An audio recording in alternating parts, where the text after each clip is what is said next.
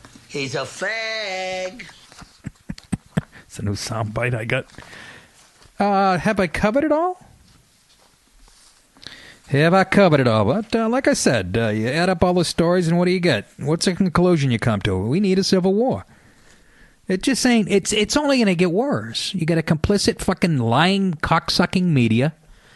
And I know you like to believe that, we're so much more progressive now after 8 years over. But you're not. You still have, it's still 70% white. And you look at all the polls, they hate where the country is on both sides of the aisle. So, but as long as you have fucking college campuses, is the bastion of this stupidity and brainwashing generation after generation, and the media helping along with it. There's no middle. What do they say? The middle can't fucking hold. I mean, we're going to have it out. And I don't know if it's going to be in my lifetime, but at this rate, I think it is. I'm going to have to be throwing Molotov cocktails while I'm holding on to my walker. Gilligan! So, my right nut is aching. Jesus Christ, I feel like Lance Armstrong. Or is Paulie Walnuts when he get kicked in the balls by that Colombian. I gotta get an x-ray on my dick and balls. Yeah, I think I gotta have that hernia. Maybe I'll do it myself. I got a nice set of steak knives I got through the mail, and I'll rub ice on right above my pubes. I think that's where it is, right? I don't even know. But anyways, it's just another sign I'll be dead soon. I'll see you on the street. That's about it, kids. Good to talk to you again. We got a lot in, didn't we? It's a tremendous show, isn't it? And, I don't know what else. I gave you the plugs. Give them to you again. You got to come out and see me, otherwise I'm going to get this here. But it was a nice, like I said, out in Timonium, Maryland. It was a nice turnout. I was very encouraged when I left there. I liked it so much, I had both feet on the gas pedal. I was doing 176 on the way home. College football, I touched on it actually with that one. I always hit it real quick at the end. Clemson beat Florida State. That was pretty amazing. Alabama took LSU to the fucking woodshed. So they're the real goddamn deal. And how about TCU getting spanked by Oklahoma State, who was 9-0. Everybody thought TCU was...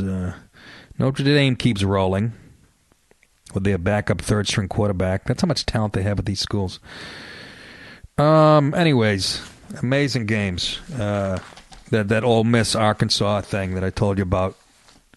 Just unbelievable. Have I got it all? Florida over Vanderbilt. How about Navy beating number 15 Memphis? I think Memphis was... They were undefeated, too, I think, going into that game. Navy smoked them. That's quite an upset right there. I know some of you can't give two shits, but that's all right. Okay? Go home and watch Game of Thrones, you motherless fucks. Anyways, Patriots, what can you say? Denver lost to Indianapolis Colts. So I think the Pats, there's 3 teams left. The Pats, Carolina, who beat up on Green Bay, who looks like they're fade. They were phonies. And so it's Carolina, the Pats, and Cincinnati that are still undefeated. The only 3 teams left. Friggin' Patriots and Belichick. Do you believe this shit? Anyways. Yeah, so Comedy Club of Jacksonville this week. I keep thinking it's like a few weeks down the road. It's this one. I can get on a fucking plane again. Thursday, Friday, and Saturday. I'll see you there. Suffolk Theater in Riverhead, New York on Saturday, November 28th. It's going to be a beauty. And the Comedy Scene, which is in Foxborough, Mass., right next to Gillette Stadium on December 4 and 5. January. I'll give you that, too, real quick. Levity Live on the 8th and 9th and 10th. That's right over the Tappan Zee Bridge. I forget, Palisades Mall or whatever they call it. And then Zanies, one of my favorite cities, Chicago. Zanies in downtown Chicago on January 14th and 15th. And then that Saturday, that 16th, in the suburb of Rosemont, right outside of Chicago near the airport. All righty, kiddies. I think I got it all. Love you, man. Love you, gals, and everything in between. I love you for helping me to construct of my life not a tavern, but a temple. I love you because you have done so much to make me happy. He's a fag. Without a word, without a touch, without a sign. You have done it by just... He's a fag. Yourself. Perhaps, after all, that is what love means. And that is why I love you. Good day, everybody.